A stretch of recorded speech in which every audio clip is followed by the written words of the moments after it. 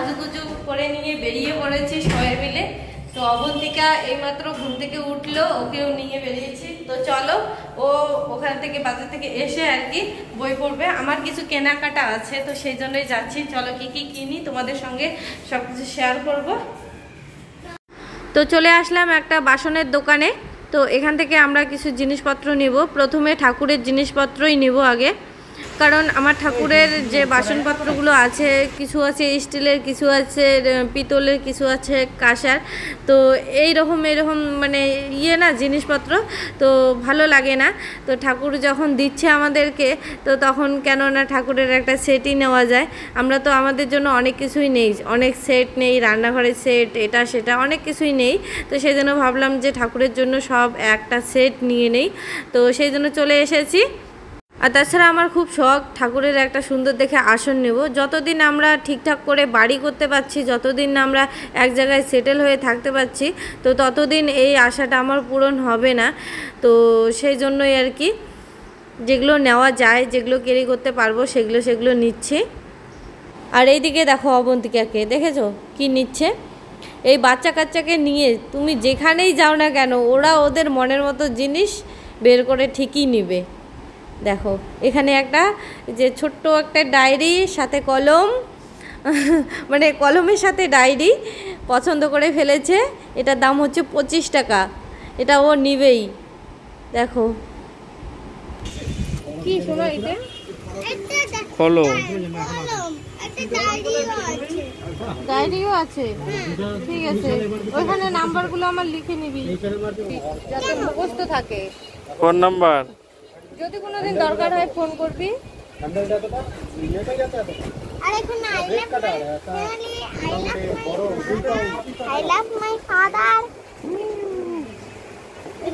টাকা বলছি, 680 টাকা। ওটা এক সিটের মাল, জয়েন্টলেস, কোনো জয়েন্ট নেই এটাতে, ফুটো হওয়ার কোনো ব্যাপার নেই। কলসিগুলো কত করে? ওই যে কলসি বেশি পড়বে, 1000 টাকা, 900 টাকা। তো বন্ধুরা আমরা পরের দিন চলে আসলাম। সকালবেলা উঠেছি, অনেক সকালে উঠেছি। উঠে এই যে জানালার এই ফাঁকগুলোতে অনেক ময়লা টয়লা ঢুকেছিল, তো সেগুলো আমি পরিষ্কার করলাম। একটুখানি আটার ডো করে নিয়েছি, তারপর ওর মধ্যে দিয়েছি আর একটা কাঠি দিয়ে সবগুলো বের করে নিয়েছি। এরকম করে তুললাম, নালে না কীরকম লাগে বাজে, জানালার পাশে যেন দাঁড়াতেই ইচ্ছা করে না এরকম। আর কি দিয়ে পরিষ্কার করবো সেটাও বুঝতে পারছিলাম না। তো জল ঢেলে দিতেও পারি না, আবার মানুষের জিনিস কিছু যদি হয় তো সেই একটা ভয়। তো যাই হোক, এগুলো পরিষ্কার করে নিয়ে ফ্রেশ হয়ে নিলাম। তো ফ্রেশ হয়ে নিতে না নিতে এইদিকে অবন্তিকার বাবা বলছে আমার প্যান্ট শার্টগুলো এগুলো একটুখানি আয়রন করে দাও।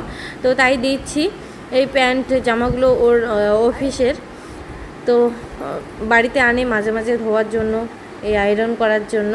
আর কালকে ছিল হচ্ছে মঙ্গলবার। তো মঙ্গলবারে না সারাদিন কোনো রকমই ব্লগ শুরু করিনি।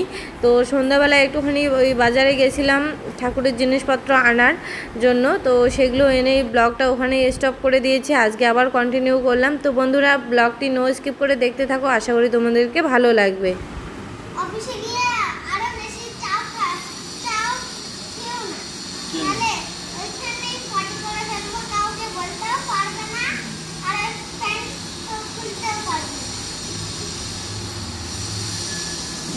তো বন্ধুরা আজকে অবন্তিকার বাবার শরীরটা বেশি একটা ভালো না, ওর পেট খারাপ হয়েছে।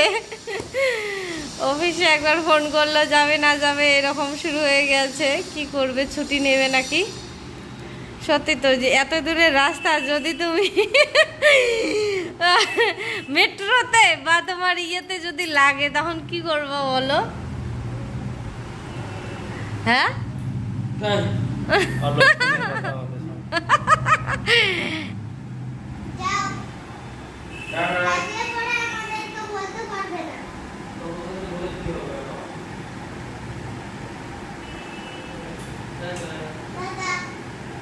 সত্যি যাইতেছো? হ্যাঁ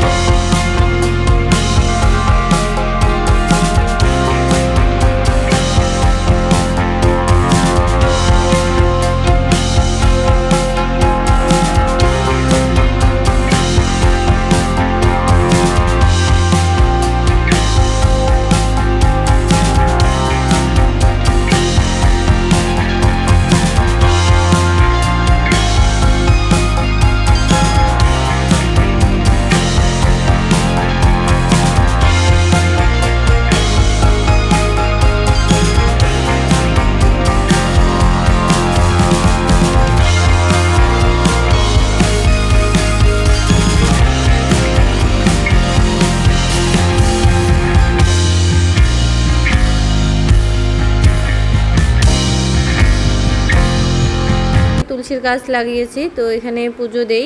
তো জল দিয়ে যাচ্ছি এখন। ঠাকুরের আসন কটা এই ঘরের মধ্যে জানালার কাছে দড়ি আছে, তো সেখানেই দিয়ে দিলাম। আর এই যে কাপড় জামাগুলো, এগুলো এখন ছাদে মেলায় দিয়ে আসবো। এগুলো সকালবেলা ধুয়েছি স্নান করার সময়। স্নান আমার কমপ্লিট হয়ে গেছে, এসে এই যে কাজগুলো করতেছি। তো তারপরে আবার রান্না বাকি আছে, তো চলো তাড়াতাড়ি করে নিচ্ছি। ফির আবার অবন্তিকাকে আনতে যেতে লাগবে, তো আগে রান্নাটা শুরু করে দেব। যত দূর হয় হবে, না হলে তো বন্ধ করে থুয়ে যেতে পারবো। এবারে পূজায় বসলে পরে অর্ধেক মানে টাইমের মধ্যে যদি অবন্তিকাকে আনতে যেতে লাগে, তখন পূজা ছেড়ে যেতেও ইচ্ছা করে না। ওইদিকে আবার মেয়েটা অনেকক্ষণ অপেক্ষা করতে লাগে মেয়েটাকে। তো সেই জন্য ভাবলাম যে রান্নাটা আগে করে নেব, তারপরে দেখি যদি সময় থাকে তাহলে অবন্তিকার সঙ্গে একসঙ্গে পুজো দিতে পারবো। ও এসে স্নান করে আমার সঙ্গে পুজো দিতে পারবে। তো ফুলগুলোও তুলে নিলাম। আর এখানে দেখো আজকেও রান্না করব হচ্ছে এই যে কয়েকদিন থেকে আমরা এই ডালটাই খাচ্ছি, মাসকলার ডাল। তো এই ডালটার প্যাকেটটা খুলেছি না, এই ডালটাই বারবার করে খাচ্ছি।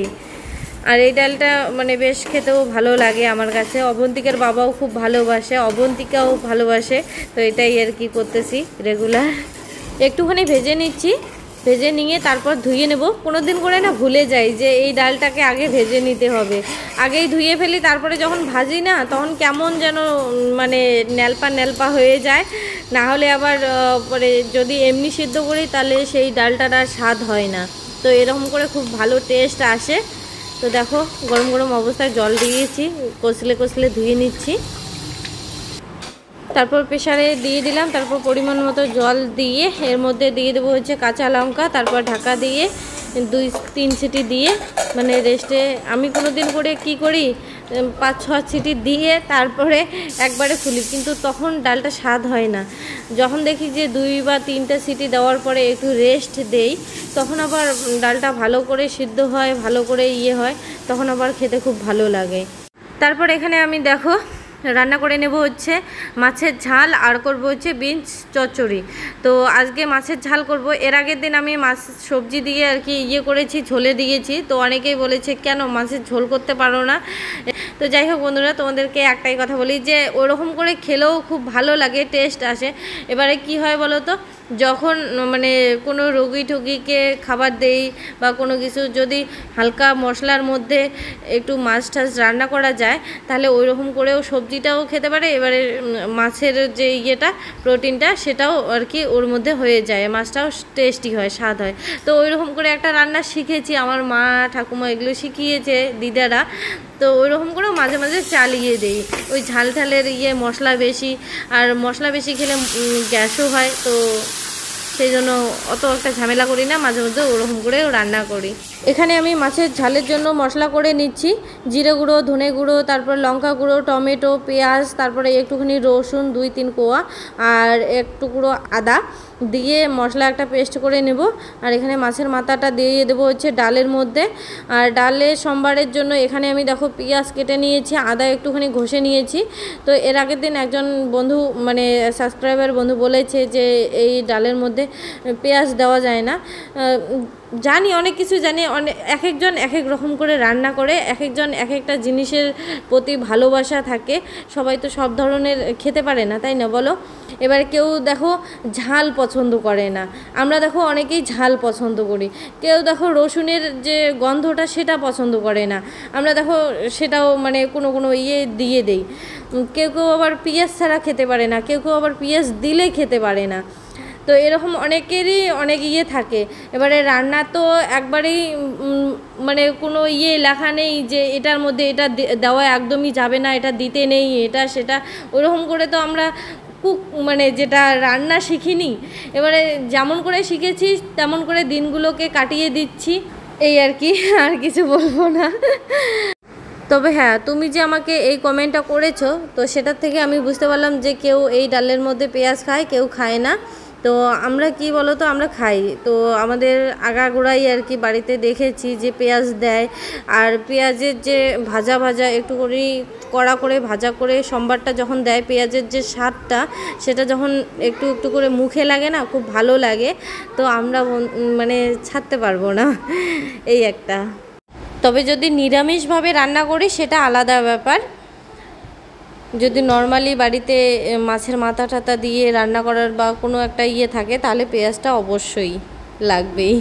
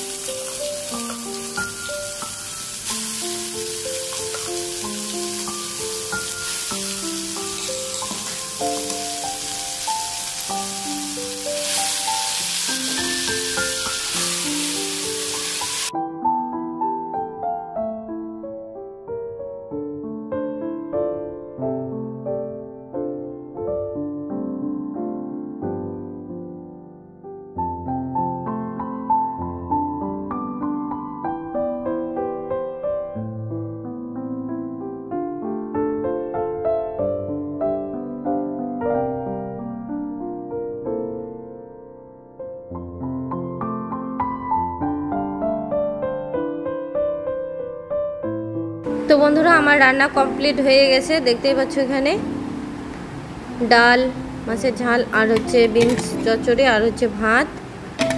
আর এখানে অবন্তিকা পূজা দিয়েছে আজকে স্কুল থেকে এসে স্নান করে। তো সব মিলে আমাদের খেতে খেতে 5:30 বেজে গেছে। অবন্তিকের বাবাও চলে এসেছিল, তো বললাম যে স্নান করে নাও, সবাই একসঙ্গে খেয়ে নেই। তো সবাই একসঙ্গে এখন খেতে বসেছি। খাওয়া দাওয়া করে সবাই শুয়ে পড়েছি। তো এদিকে আবার বৃষ্টি শুরু হয়ে গেছে, আমার কাপড় জামা তোলা ছিল, তো সেই জন্য আমি উঠে পড়েছি। দেখো কি জোর না বৃষ্টি আসছে, দেখেছো?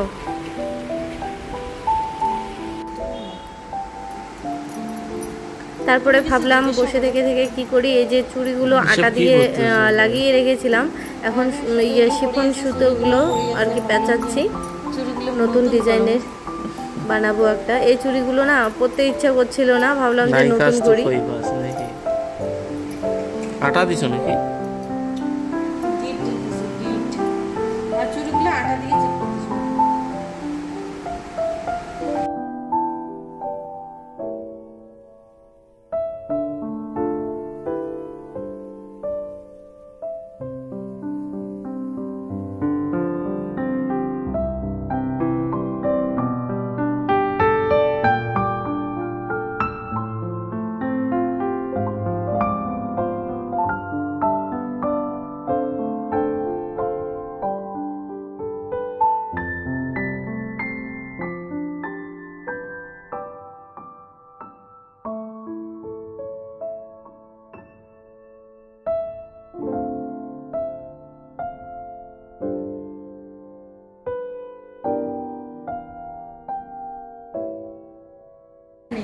मेरा भारत महान है।